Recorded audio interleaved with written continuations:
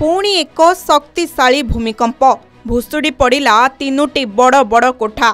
पश्चिम तुर्की रे एक शक्तिशाली भूमिकंप अनुभूत होइछे। एही भूमिकंप जोगु पूर्व भूमिकंप रे क्षतिग्रस्त होइथिबा अति कम रे तीनोटी कोठा भुशुड़ी पड़िछि। मृताहतंक कौनसी तुरंत रिपोर्ट नहीं। विपर्यय एवं जरूरीकालीन परिचालना संस्था एफएडी अनुसायी सोमवार राति रे पश्चिम तुर्की रे 6.1 तीव्रतार एक भूमिकंप अनुभूत होइथिला। एही भूमिकंप बालिकेसिर प्रदेश रे सिंदिर्गी सहर रे केंद्रीभूत होइथिला।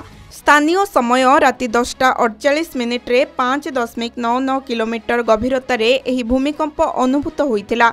इस्तानबुल एवं आखपाख प्रदेश बुर्सा, मानिसा एवं इजमिर रे अनेक परवर्ती झटका अनुभूत होइथिला। गृहमंत्री अली एर्लिकाया कहिसंती जे सिंदिर्गी रे अति कम रे तीनोटी खाली कोठा एवं एक 2 महला दुकान भुशुड़ी पड़िछि।